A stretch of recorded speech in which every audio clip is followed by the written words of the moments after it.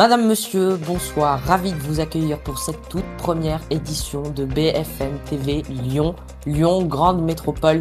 C'est la toute première édition de ce journal télévisé de 20 heures que nous avons décidé d'intituler BFM Première à l'occasion du lancement de la chaîne par la société de production lyonnaise. Nous serons avec vous 24 heures sur 24, 7 jours sur 7 pour suivre l'actualité en continu et sans arrêt. Vous pourrez retrouver nos très nombreuses dépêches dans les flux appropriés, et puis vous pourrez aussi retrouver sur tous nos réseaux sociaux nos petites vidéos récapitulatives de l'actualité ainsi que nos directs. Je suis donc très heureux de vous retrouver pour ce tout premier journal.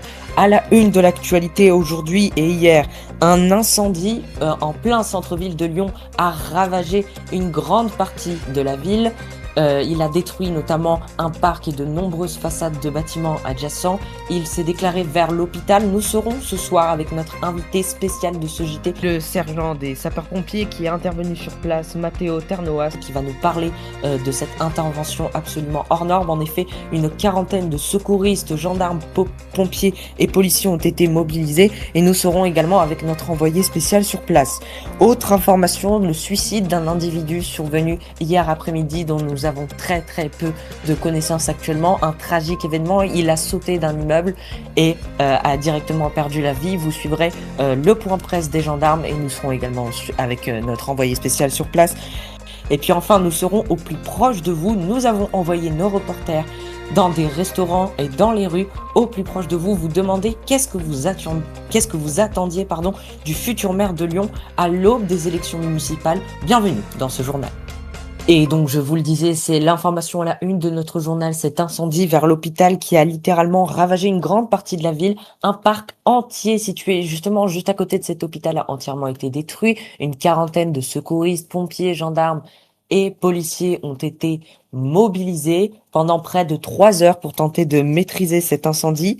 On va retrouver notre envoyé spécial.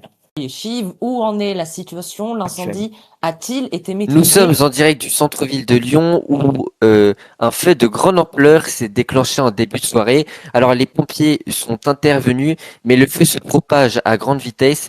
La situation semble incontrôlable. En tout cas, le feu dure depuis maintenant plusieurs dizaines de minutes. Il touche de grandes zones, comme le centre commercial, l'hôpital et encore les devants du Rhône.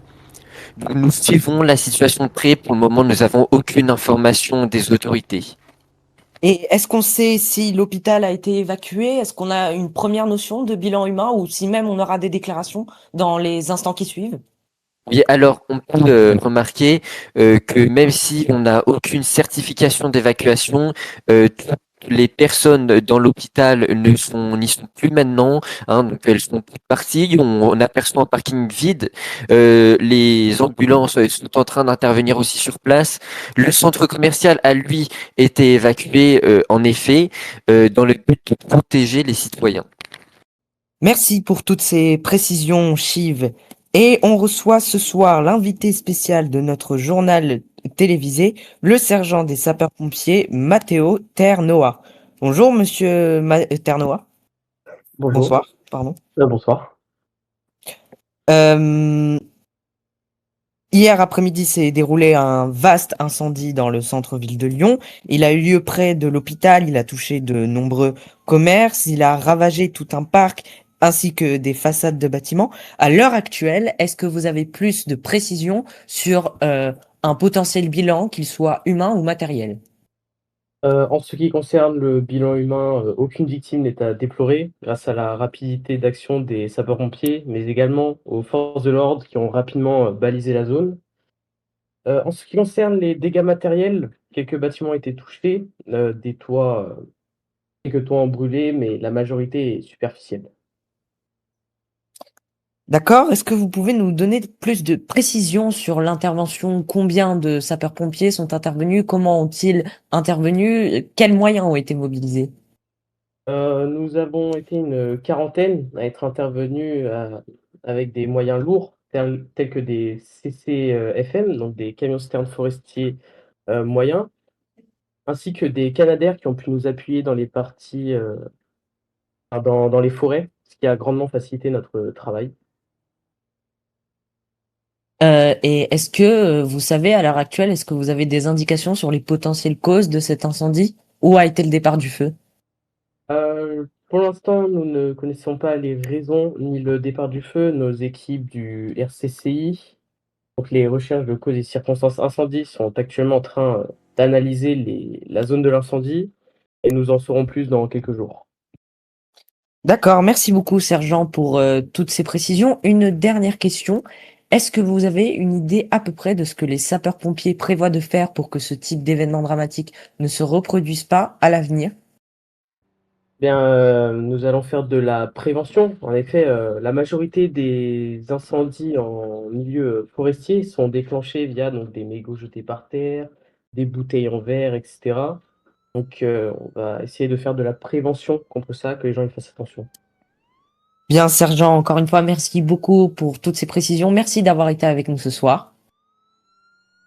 Et je vous souhaite donc une bonne soirée. Merci à vous aussi.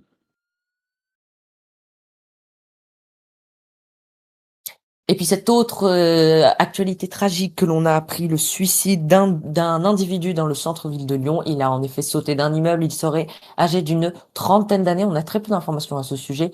Vous allez le voir. On va tout de suite retrouver notre envoyé spécial sur place qui va interroger un responsable de la gendarmerie nationale. Mais avant, voici quelques images de ce drame.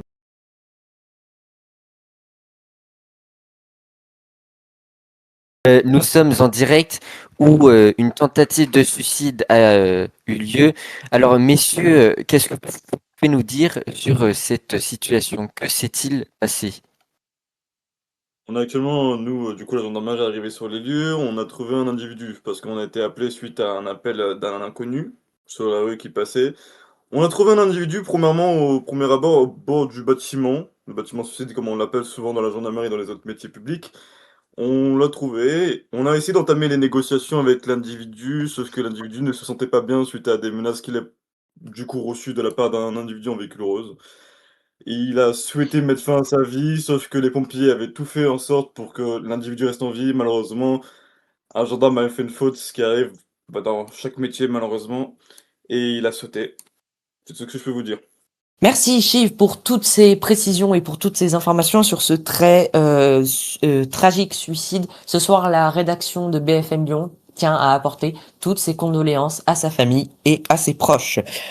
Et puis, cette autre affaire dont on n'a pas eu l'occasion de parler, hier soir, une prise d'otage est survenue au Mode Shop dans le cœur de Lyon. 3 personnes ont été prises en otage, 2 hommes, une femme. L'assaillant a été arrêté par la police nationale. On a très peu d'informations. L'otage féminine a été retrouvée inanimée sur le sol après avoir été la première à être libérée. On n'a aucune information sur son état de santé, si ce n'est qu'elle a été blessée. Voici les images que nos journalistes ont prises. Les faits se sont déroulés en fin d'après-midi au cœur de Lyon dans un commerce du centre-ville. Une prise d'otage a mobilisé d'importants moyens de secours et les forces d'intervention, dont le GIGN, rapidement déployé sur place. Selon les premiers éléments, plusieurs personnes ont été retenues à l'intérieur du Mod Shop, tandis que les autorités tentaient d'établir un contact avec l'auteur des faits afin d'engager des négociations. Au fil de l'intervention, une otage a pu être libérée et prise en charge par les secours, inconsciente au moment de son extraction. Les équipes médicales ont immédiatement procédé à son évaluation. Après plusieurs heures de tension, l'opération s'est conclue par l'interpellation de l'assaillant et la libération de l'ensemble des otages. Une femme aurait été blessée lors de l'événement et a été prise en charge par les services de santé.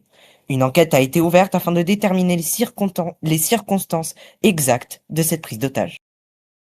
Et tout de suite, nous allons retrouver des 2 policiers nationaux. Tout de suite la déclaration. Bonsoir messieurs, merci d'avoir accepté merci d'avoir accepté cette courte interview sous format de duplex. À l'heure actuelle, est-ce que vous pouvez nous dire combien d'otages ont été libérés et quel est leur état de santé?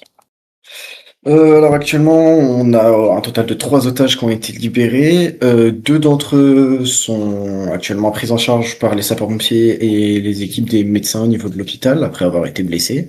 Et un 3e otage a été libéré sain et sauf. Est-ce que vous pouvez nous donner à l'heure actuelle plus d'informations sur l'assaillant? Combien ils étaient? Est-ce qu'il a été arrêté, tué? Quelles sont les informations que l'on a? Alors on a un seul assaillant, un homme de type caucasien, qui a été arrêté avec une arme blanche sur lui, un couteau, ainsi qu'un marteau, pardon. Il était tout seul et il a enlevé donc du coup ces 3 personnes pour tenter de les libérer ici. Il a été arrêté par les services de la police nationale et incarcéré suite aux procédures habituelles. Est-ce que vous savez s'il a agi seul ou s'il a agi pour le compte d'une organisation criminelle, voire terroriste? J'ai parlé avec la personne, il a l'air d'avoir agi seul, du moins on n'en sait pas plus pour le moment. Pour le moment, tout ce qu'on sait, c'est qu'il était tout seul sur la prise d'otage et il nous a pas donné d'informations supplémentaires à ce sujet. Merci beaucoup pour toutes ces clarifications, Il n'y a pas de problème. Merci à vous. en vous souhaitant une bonne soirée. Bon, vous aussi. Et puis cette autre actualité, alors que dans quelques semaines, les Lyonnais et les Lyonnaises seront appelés à voter pour leur maire lors du premier tour des élections municipales, vous allez découvrir notre reportage spécial BFM Lyon au plus proche de vous. En effet, alors même que très peu de candidatures ont été déposées, à l'heure actuelle, nous n'avons connaissance que d'une alliance entre le parti de centre droit Horizon, le parti de droite Les Républicains et l'autre parti de droite la Nouvelle Énergie pour la France, qui vont déposer une liste commune, je cite, de droite d'union libérale et républicaine, dont le candidat sera dévoilé dans les prochains jours. Donc vous allez le voir là maintenant, nos reporters sont allés auprès de tous les citoyens de Lyon dans toute leur diversité. Et vous allez le voir, les opinions de nos concitoyens sont très mitigées sur la question. Reportage. Madame, monsieur, bonsoir. Alors, quelles sont vos attentes pour le prochain maire de la ville de Lyon? Bien écoutez, bonsoir à vous aussi. Bon bah écoutez, je me présente, Madame Carter du MT enfin PDG pardon du MT Burger. Alors au niveau du maire, pour moi j'ai pas d'attente particulière. Seule chose c'est que je trouve qu'il y a il manque une aide pardon au niveau des entreprises. Beaucoup d'entreprises actuellement partent et disparaissent d'un seul coup du jour au lendemain après être créées. Comme j'ai pu constater au niveau de Faire Fils, franchement, c'était une collaboration incroyable que j'ai pu avoir, mais malheureusement, on a perdu la collaboration du jour au lendemain. On ne sait pas la raison, on ne sait pas pourquoi. Donc bon, c'est dommage de perdre une entreprise qui pourtant fonctionnait. Donc bon, je demande au maire quand même de pouvoir faire en sorte de prendre la parole sur les entreprises, d'essayer de diversifier aussi ces entreprises et de les aider tout simplement au quotidien pour pouvoir les maintenir le plus longtemps possible. D'accord, et vous, monsieur? Les attentes pour le nouveau maire. En fait, le problème, c'est quoi? C'est que déjà, je veux pas qu'il y ait les psychologistes qui dirigent la ville. OK? Deuxièmement, je veux pas qu'il y ait la gauche qui dirige la ville. C'est pour que ça soit quoi? Et plus la police nationale, la gendarmerie ne soit plus armée. Ça, je veux pas. Moi, je veux une personne qui est quoi? Qui est soit au centre, qui soit de droite, mais qui n'est pas trop raciste et qui n'est pas fermé, qui n'est pas ouvert d'esprit. Voilà, moi je suis ouvert d'esprit, voilà.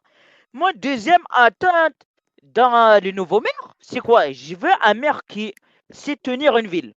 Je veux pas un maire qui n'a pas d'expérience. Je veux pas aussi un maire qui est maire et qui démissionne au bout de 1 mois et demi. Voilà, c'est tout ce que j'ai à dire. Alors, pour moi, les qualités du futur maire de Lyon, ça serait quelqu'un qui soit tout le temps présent pour notre magnifique ville de Lyon et quelqu'un qui sait comprendre ses citoyens et comment dire? Et qui sait être là dans les bons moments. Merci à toutes et à tous d'avoir suivi ce journal. C'était William Roy pour BFM Lyon. Je vous souhaite à tous une agréable soirée.